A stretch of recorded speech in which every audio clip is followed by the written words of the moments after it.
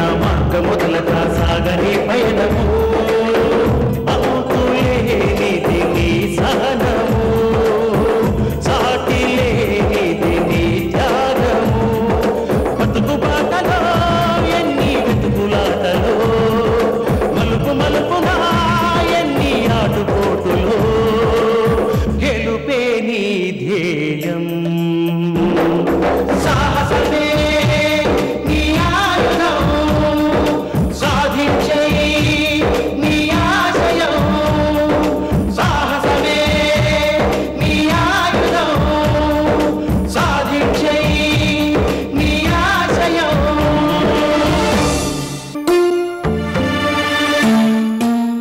ఇందును నా కోడలుగా చేస్తానంటే దస్తావేజులు బదిలీ చేస్తాను, లేదంటే బదిలీ చేయను.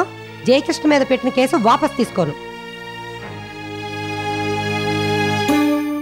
ఇందును నా కోడలుగా చేస్తానంటే దస్తావేజులు బదిలీ చేస్తాను, లేదంటే బదిలీ చేయను. జయకృష్ణ మీద పెట్టిన కేసు వాపస్ తీసుకోను.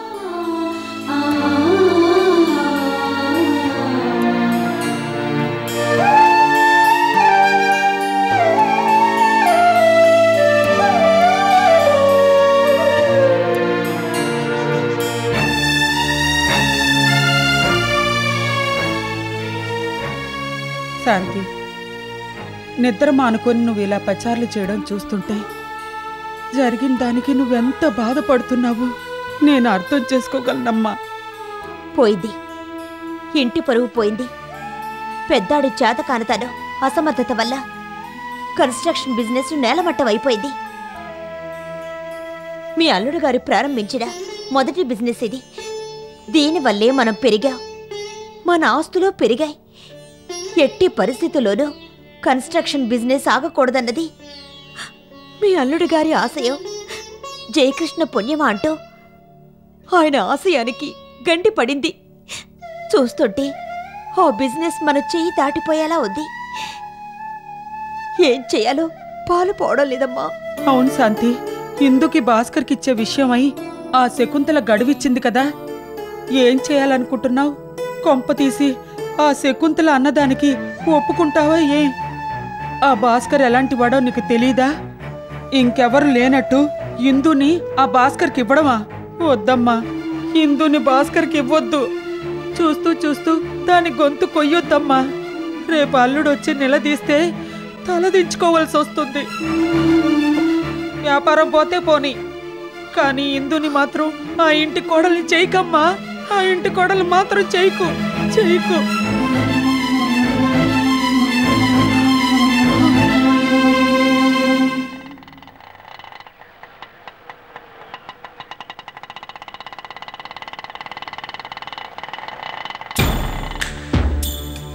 ఇక్కడే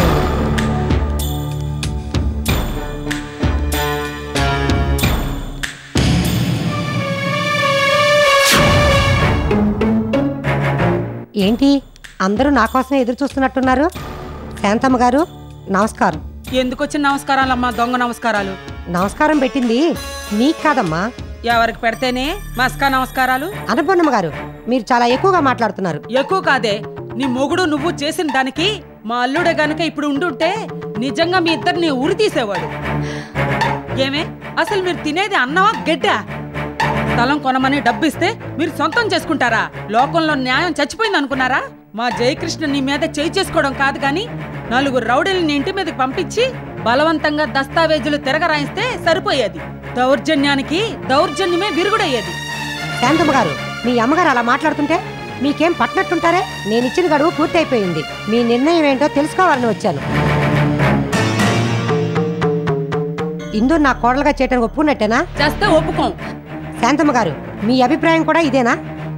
శకుంతలమ్మ, బంతి నీ కోర్టులో ఉంది కదా అని గంతులు వెయ్యకు. మధ్యలో ఈడొకడు పానకల్లో పుడకలాగా. అదేమిటి పిన్ని, పరిస్థితి ఇంతవరకు వచ్చాక చెట్టంత మొగాడిని ఇంటో ఉండి నేను పట్టించుకోకపోతే ఎలాగా?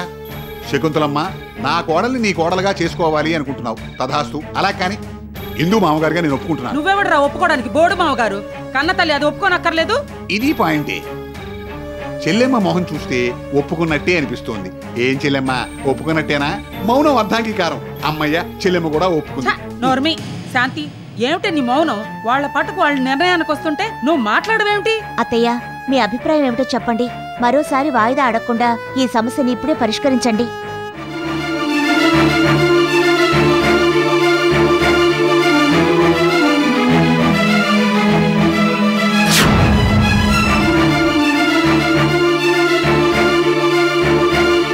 శకుంతల, మా ఇందూని నీ కోడలుగా చేయలేను. ఆ ఎకరం స్థలం నువ్వే ఉంచుకొని మా జయకృష్ణను విడిపించు. అత్తయ్య, ఫ్లాట్స్ కి కమిట్ అయిన వాళ్ళు రేపొస్తారు. డబ్బివ్వకపోతే వాళ్ళు నానా గొడవ చేస్తారు. అవును చెల్లెమ్మ, మన ఇంటి పరువు పోతుంది. నువ్వు మరోసారి ఆలోచించు. ఏమీ ఆలోచించక్కలేదు. ఏదో విధంగా సర్దుబాటు చేసి వాళ్ళ బాకీలు తీరుస్తారు. శాంతమ్మ గారు, ఆ ఎకరం స్థలం అమ్మితే ఎంత వస్తుందో మీకు తెలుసా? కోట్లకు కోట్లు రావచ్చమ్మా. ఆ కోట్ల కన్నా నా కూతురే నాకెక్కువ. అనుభవించు. ఆ ఎకరం స్థలం నువ్వే అనుభవించు.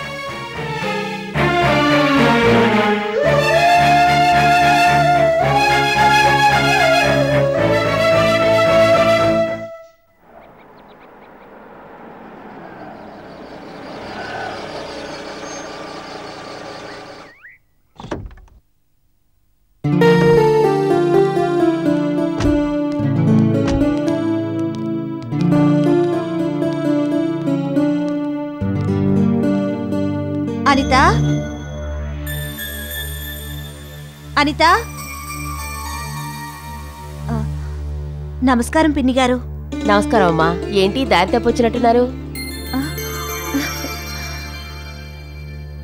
ఇన్నాళ్ళకి మేము గుర్తొచ్చామన్నమాట. ఫోన్లే, ఏదో విధంగా ఇప్పటికైనా వచ్చినందుకు చాలా సంతోషం. అనిత బాలాజీని చూసి వెళ్దామంటూ మాలిని పొద్దుటి నుంచి ఒకటే పాట. పిన్ని, అనిత బాలాజీ ఇంట్లోనే ఉన్నారా? ఇంట్లోనే ఉన్నారమ్మా. కూర్చోండి, పిలుస్తాను. అనిత, బాలాజీ, ఎవరొచ్చారో చూడండి.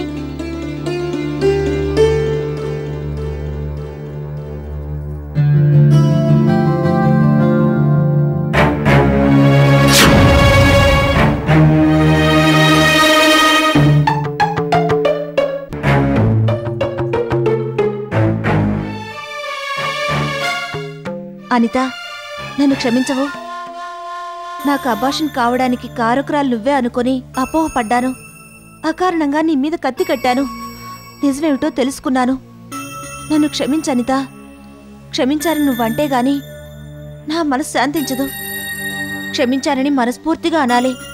అంతవరకు నేను ఇక్కడి నుంచి కదలను. అనిత, మాలిని తన తప్పు తెలుసుకుని అంతలా ప్రాధాయపడుతుంటే ఉలుకు పలుకు లేకుండా ఉంటావేమిటి? క్షమించాలని చెప్పు. అనిత, ఇంకా మొండిపట్టు దేనికి? సరే, క్షమించాను. అమ్మయ్యా, ఇప్పటికి నా మనసు శాంతించింది. మాలిని, జరిగిందేదో జరిగిపోయింది.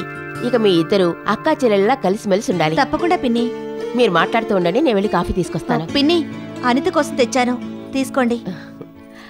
రా అనిత, కూర్చొని మాట్లాడుకుందాం. అనిత, ఇప్పుడు నీ ఒంట్లో ఎలా ఉంది? బాగానే ఉంది. మంత్లీ చెకప్ చేయించుకుంటున్నావా? మందులు వాడుతున్నావా? ఏమండి, మీ తమ్ముడితో ఏదో మాట్లాడాలన్నారుగా, మాట్లాడండి. రే బాలాజీ, జయకృష్ణ అన్ని విధాలా నష్టపోయి అరెస్ట్ అయ్యాడు. అమ్మ చెప్పబట్టి మనమిద్దరం చెరో 20 లక్షలు ఇచ్చాం. ఇలా ఇచ్చుకుంటూ పోతే మనకేం మిగలదు. అవును బావగారు, నా అభిప్రాయం కూడా అదే.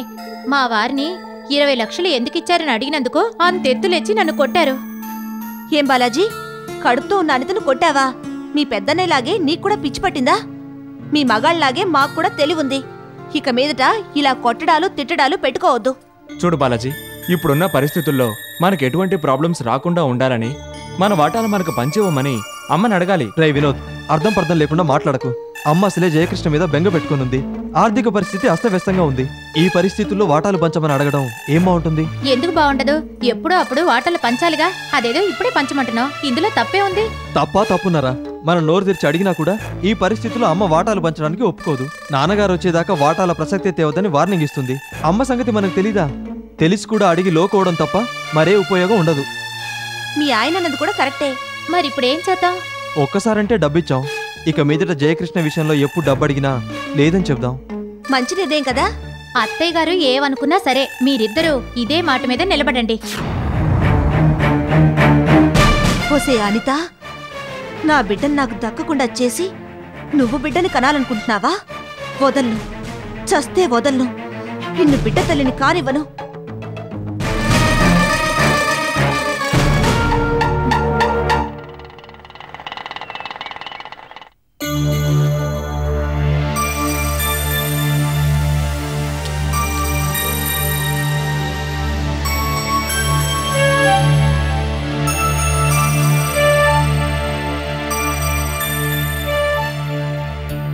శాంతి, నీ పెద్ద కొడుకు వచ్చాడే. ఏమిట్రా అలా నిలబడిపోయావు? వెళ్ళు.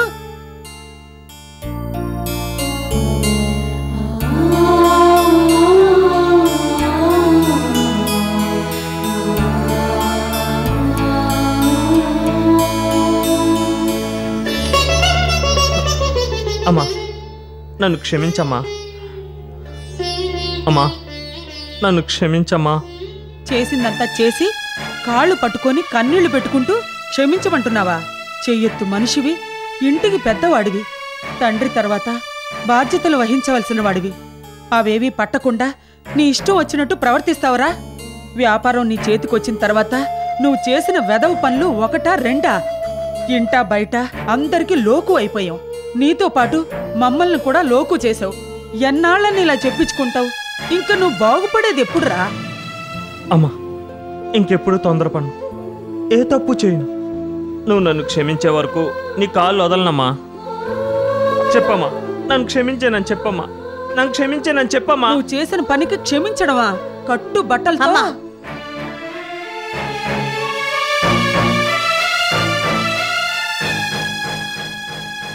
ఇందులో నా తప్పేం లేదమ్మా. జయకృష్ణ, ఊరుకో. జరిగిందేదో జరిగిపోయింది. ఇక నుంచి నువ్వేం చేయక్కర్లేదు. కన్స్ట్రక్షన్ వ్యవహారాలు చూడక్కర్లేదు. ఇంటి పట్టునే ఉండు. కలిసి రానప్పుడు కొంతకాలం ఎవరైనా కాముగా ఉండాల్సిందే. ప్రస్తుతం మీ నాన్నగారి పరిస్థితి అంతే. వెనుకంజం ముందంజకు మంచిదన్నట్టు వీలు కానప్పుడు మౌనం పాటించడం ఉత్తమం. దీన్ని నువ్వు చిన్నతనంగా, అవమానంగా, శిక్షగా భావించకుండా కొంతకాలం పాటు ఇంట్లోనే ఉండు. అవసరాన్ని బట్టి నువ్వేం చేయాలో నేను చెప్తాను. వెళ్ళు. ఒరేయ్, ఇప్పటికైనా తల్లి మనసు తెలిసొచ్చిందా? ఇక నుంచైనా ఆ మనసు బాధపడకుండా చూడు. వెళ్ళు, వెళ్ళు.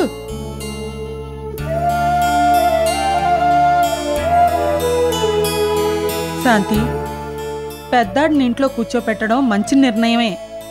కానీ దానివల్ల సమస్యలు పరిష్కారం కావుగా. ఫ్లాట్స్ కొనుక్కున్న వాళ్ళకి డబ్బు ఎలా సర్దుబాటు చేస్తావు? మన కళ్యాణ మండపం బేరం పెడతాను. ఏమిటి? మన కళ్యాణ మండపం అమ్ముతావా? పిల్లల పెళ్ళిళ్ళన్నీ అక్కడే జరిగాయి. మీ షష్ఠి పూర్తి కూడా అక్కడే జరపాలని ఆశపడుతున్నాను. అది మనకు అచ్చొచ్చిన స్థిరాస్తే. అవసరానికి హరిశ్చంద్రుడు తన భార్యనే అమ్ముకోవలసి వచ్చింది. మన పరువు నిలబడాలంటే అమ్మక తప్పదు.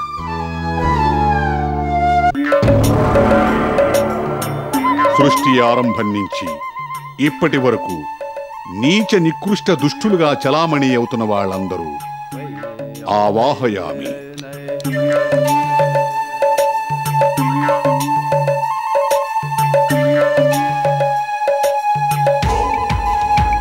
సమస్త దుష్టగ్రహాలు ఆవాహయామి.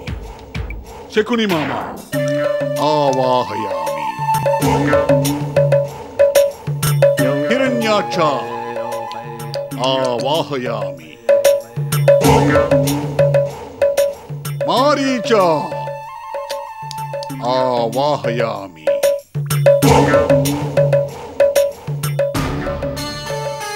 మీ అందరి కరుణా కటాక్ష వీక్షణాల వల్ల సీతా బలరాముల ప్రయోగాలు, పథకాలు నెరవేరుతూ వచ్చాయి. ధర్మిగాడి కన్స్ట్రక్షన్ బిజినెస్ నేలమట్టం కాబోతోంది. మా నిత్య పూజలు అందుకుంటున్న సమస్త దుష్టులారా, ఇందుకి పెళ్లి చేసి ఈ గడప దాడించడానికి మేమేం చెయ్యాలో చెప్పండి. అదొకటే కాదు, పిసినారి వినోద్కి ఫైనాన్స్ బిజినెస్ లేకుండా చెయ్యండి. దాంతో పాటు అనిత కడుపులోని బిడ్డ అడ్డం తిరిగి చచ్చేలాగా కరుణించండి. మా మొరాలకించి మాకు తగిన సలహాలివ్వండి. కనీసం కల్లోకైనా వచ్చి మా చెవిలో ఊదండి. మా శపథం నెరవేరేలా చేతురుగాక. ఆవాహయామి. ఆవాహయామి.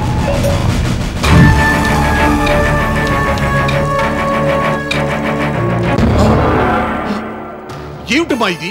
సమస్త దుష్టుల్ని ఆవాహన చేస్తుంటే అగ్ని పుట్టించి భగ్నం చేస్తావా? అనిత కడుపులోని బిడ్డ విషయం మాలిని చూసుకుంటుంది. ఈ చిన్న చిన్న సీసాల మందుతో ఆవాహయామీలు మానేసి మిగతా విషయాల పట్ల శ్రద్ధ వహించు. చేయవలసింది ఆలోచించు.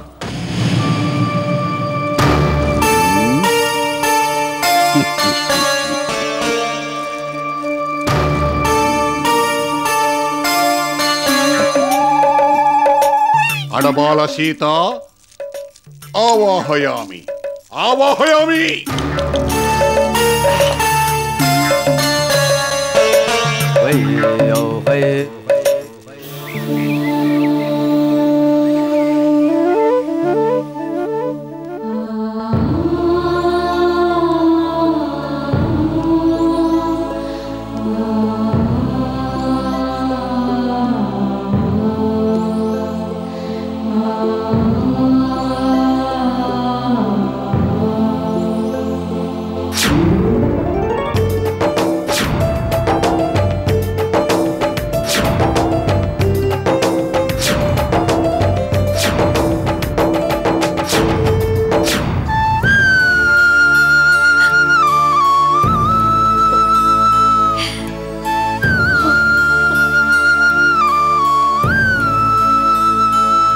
నమస్కారం అమ్మా. మా కళ్యాణ మండపం మొత్తం చూసారా? చూశానమ్మా. నిజానికి ఇది అమ్మకూడదు. మా వారు ఎంతో కష్టపడి కట్టించింది. మా పిల్లల పెళ్ళుళ్ళన్నీ ఇక్కడే జరిగాయి. అయినా అవసరానికి అమ్మక తప్పడం లేదు. అవసరం లేకపోతే హఠాత్తుగా ఎందుకు అమ్మకానికి పెడతారు? ఎంతకు అమ్మాలనుకుంటున్నారు? 90 లక్షలకు అమ్మాలనుకుంటున్నాను. సైట్ వాల్యూ బిల్డింగ్ వాల్యూ కలిపి 90 లక్షలు చేస్తుంది. మార్కెట్ రేట్కే అమ్మాలనుకుంటున్నాను. అది నిజమే, సైట్కి వాల్యూ ఉంది కానీ బిల్డింగ్కి వాల్యూ లేదు. ఊరి చివరి కళ్యాణ మండపం మాకేం ఉపయోగం లేదు. దీన్ని పడగొట్టి షాపింగ్ కాంప్లెక్స్ హోటల్లో కడితేనే మాకు వర్కౌట్ అవుతుంది.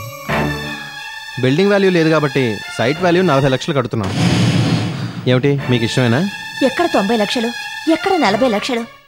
సగానికన్నా తక్కువ అడుగుతారా? బిల్డింగ్కి వాల్యూ లేదని చెప్పాను కదమ్మా. 40 లక్షలు అయితే ఇస్తాను. కాదు కూడదంటే ఇంకో 1 లక్ష ఇస్తాను. అంతకుమించి ఇవ్వలేనమ్మా. ఏ విషయం ఫోన్ చేసి చెప్పండి, వస్తాను.